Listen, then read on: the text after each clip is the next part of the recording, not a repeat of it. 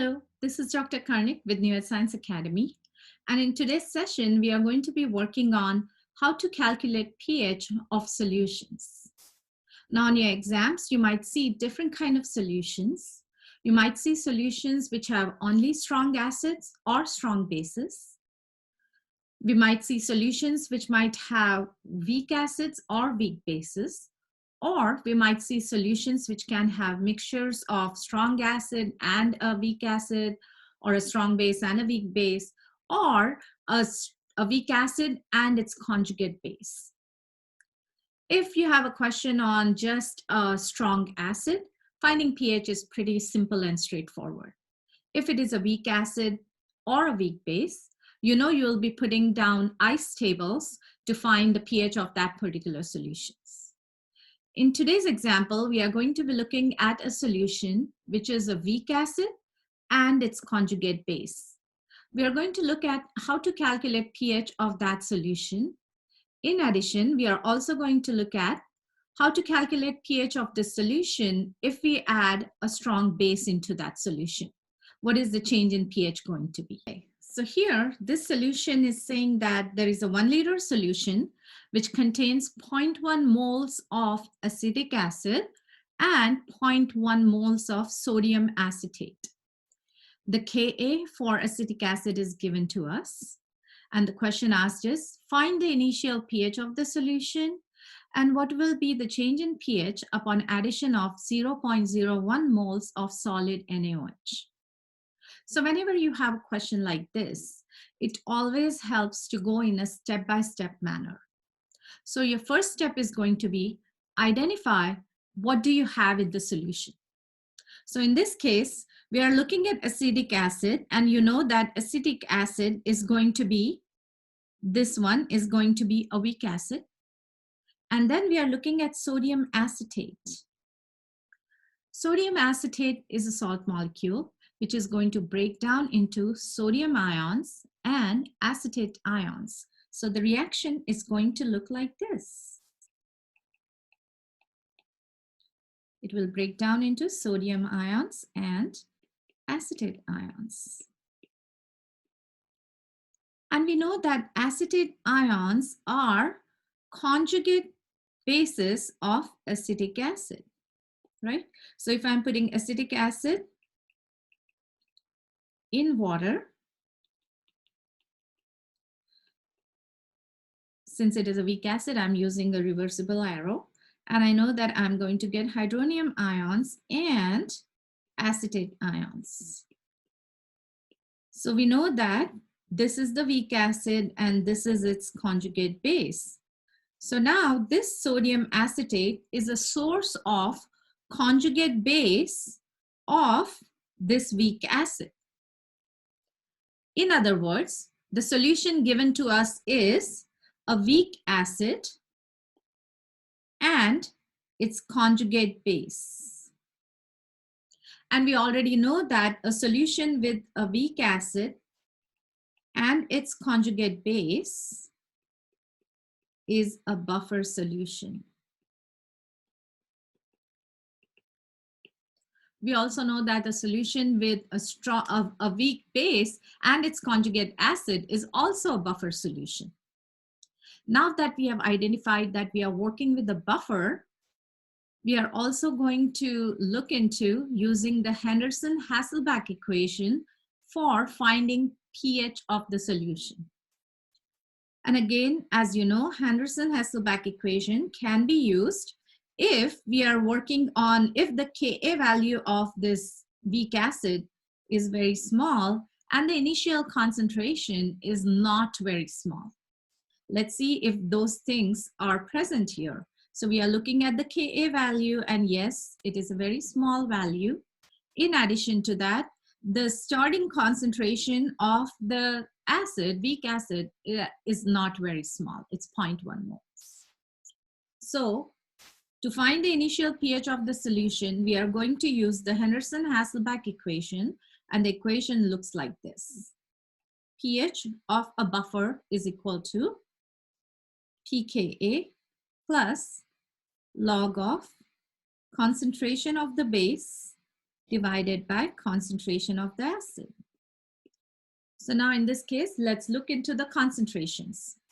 Remember here, this concentration of the acid and base are molar concentration, which means that we are looking into the concentration of moles per liter.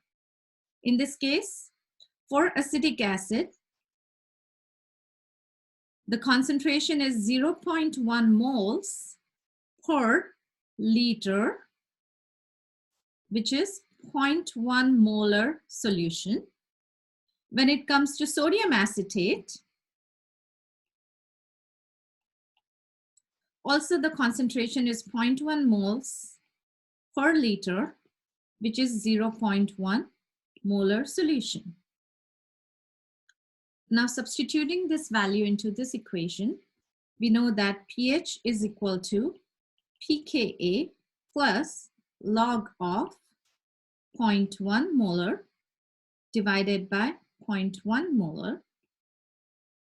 We know that log of 1 is 0, and therefore we can safely say that pH in this case is going to be equal to the pKa value. The Ka value in this case is 1.8 times 10 to the negative fifth, as you can see over here. And therefore, the pH is going to be negative log of 1.8 times 10 to the negative fifth. And when you do your calculations, the pH value comes to 4.74. In other words, the pH of this buffer solution initially is 4.74. So this is the answer for the first question. Now let's look into the second question. What will be the change in pH upon addition of 0.01 moles of solid NaOH? Now we are going to look into part B of this question. And this question is asking us what is going to be the change in the pH of this buffer solution upon addition of a strong acid. Now, whenever you have questions like these, you will be using two steps to answer this question. The first step is going to be stoichiometric calculations, wherein you are going to look into what are the changes brought about in the concentrations of this weak acid by addition of this strong base. And your second part is going to be, you'll be using either the ICE tables or you'll be using the Henderson-Hasselbach equation to find pH of this buffer solution with the changed concentration. And remember, the changes in the concentration are brought about because you added a base in this weak acid, because of which some of the weak acid neutralized the base, and therefore the concentration of the weak acid has changed. So let's look into how to approach this question in a step-by-step manner. So for that, the first step is going to be, you are going to always look into what is the stoichiometric calculation, or rather, what is the stoichiometric quantity given to you in the beginning of the question, and what are the changes you are going to see in this by addition of this particular strong base. So in this case, we know that the initial concentration of this particular acid is 0.1 moles, and it also had 0.1 moles of sodium acetate. And now you added 0.01 moles of solid NaOH. We know that NaOH, when it dissociates into sodium ions and hydroxyl ions. So in this case, 0.01 moles of solid NaOH is going to give you 0.01 moles of hydroxyl ions. So now let's look into what differences in stoichiometric calculations are we going to see when we add this 0.01 mole of NaOH. For that, let's first write down what equation is going to be happening.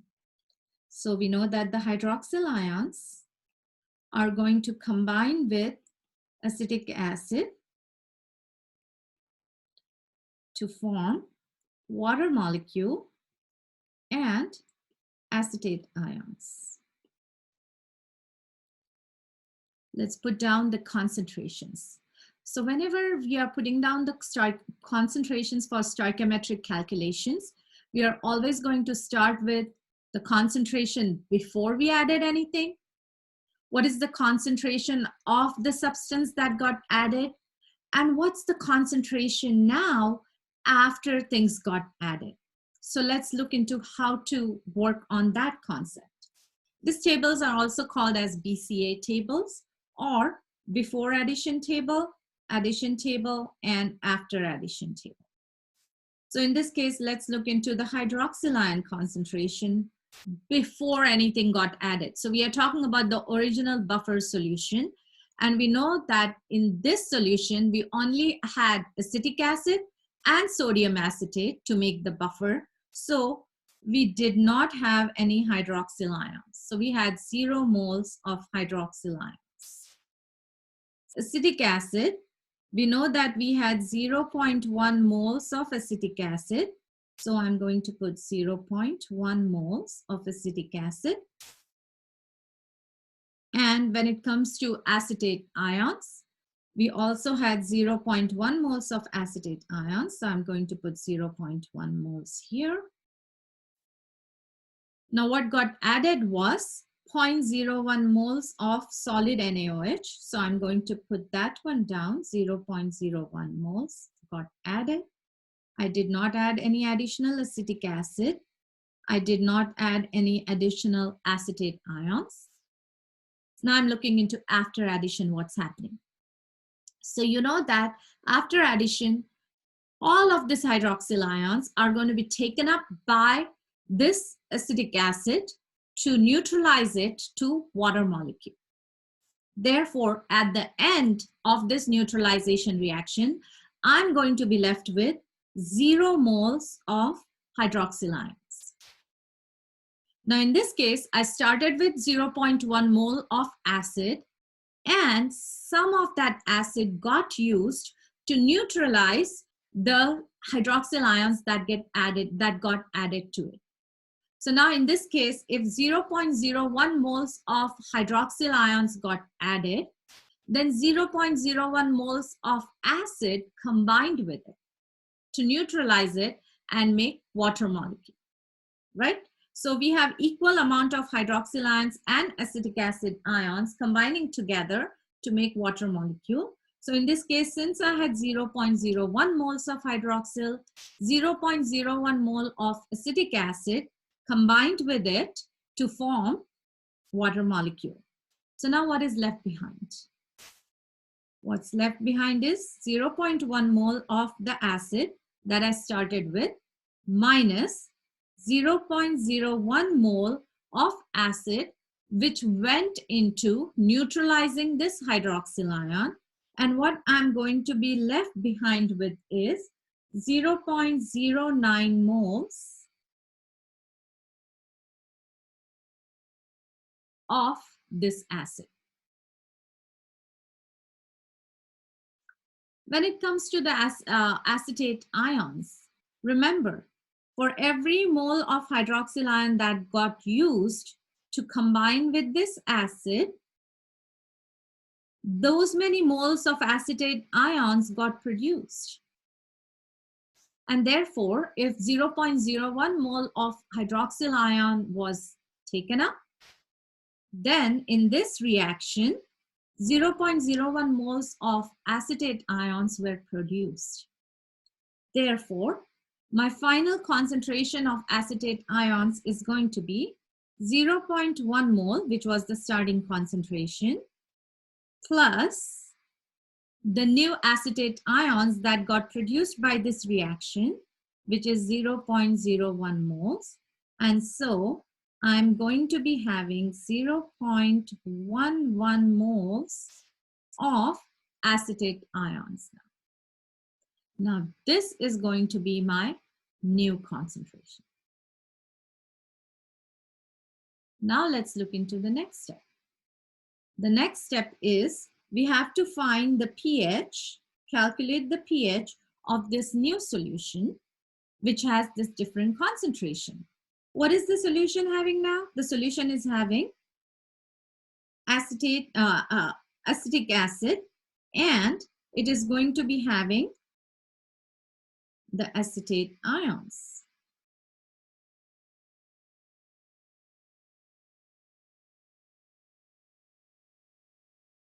So this is what my equation is going to look like.